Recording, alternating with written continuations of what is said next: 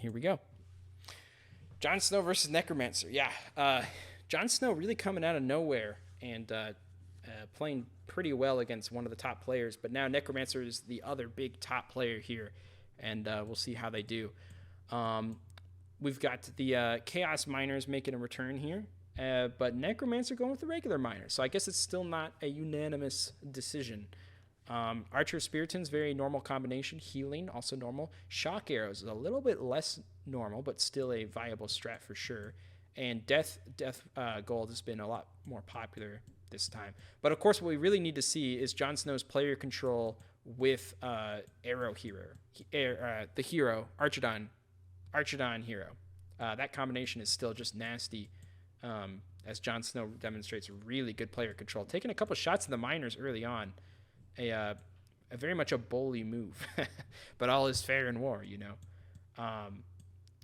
But the miners, they don't care. They're still going. They're getting their paycheck. They need it. They got kids to feed. But yeah, this damage early on is going to be kind of nasty. Oh my gosh, did you see that alternating player control to get the miners to speed up both fast, going back and forth? That is a pro strat beyond what I can comprehend.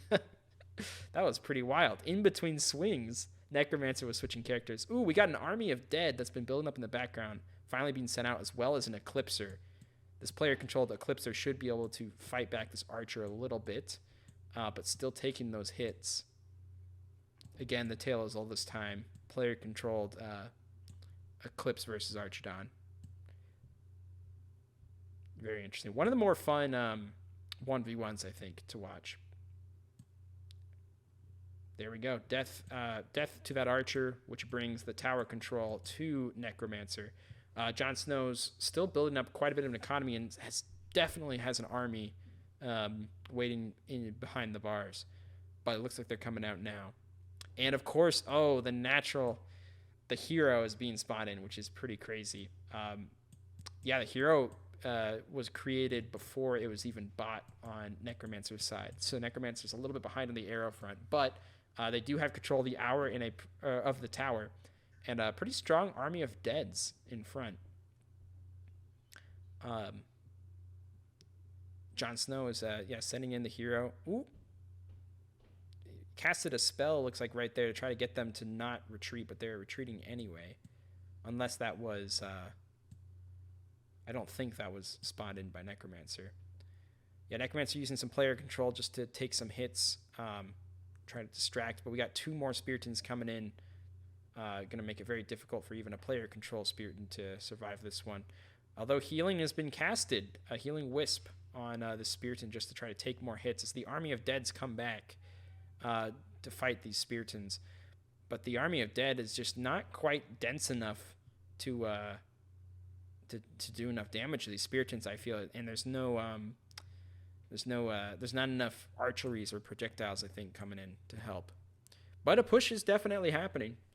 Tower is kind of coming back to the control of Necromancer maybe here soon, but I don't know. This is a strong army that's defending.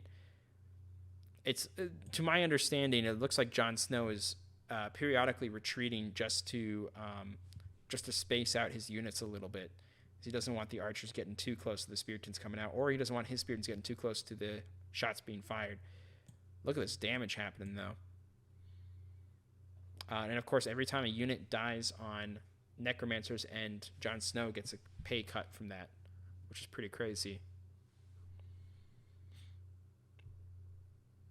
Yeah, there's just a lot more archers on their side right now. Ooh, but they got a little bit of a frostburn there, taking some damage. Not a bad idea. I say as if I could, as if I could give any of these players advice. They are far beyond my skill level, but that's what a caster does. Just says stuff that they can't do on their own. Ooh, yeah, the wall of Spiritons went down, but not after taking or dealing so much damage. But the Archidon hero is just nasty, getting those pop shots on the Eclipsers as they're trying to run away. Using a little bit of player control there to get that Eclipser just up a bit so they're out of the middle range of arrows. Crazy micro play right there. But the miners are being sent back in. Oh, nope, sent back out. We do have a Castle Archer that's definitely going to keep them in check a little bit. But a Healing Wisp has been used on their side as well. getting the Spiriton back up in health. Ooh, we have more Spiritons on this side and a lot of Eclipsers. That's kind of interesting. Jon Snow is going to send out a volley of arrows towards the statue, which is interesting. Not enough damage to be very notable, though, to that statue. But the thing is, the miners are not out right now, and the tower is still under the control of Jon Snow. But these Eclipsers are doing pretty good. They're taking out these Spiritons. There's not going to be any more pretty soon. And I think maybe a Will-o'-the-Wisp is something that hero Spiriton could use right about now. Necromancer has tower spawn if he can get the tower back under control. Oh man, this volley of arrows. Ooh, all of them heading straight for those Eclipsers, just shooting them out of the sky like birds during a sport. Oh my gosh.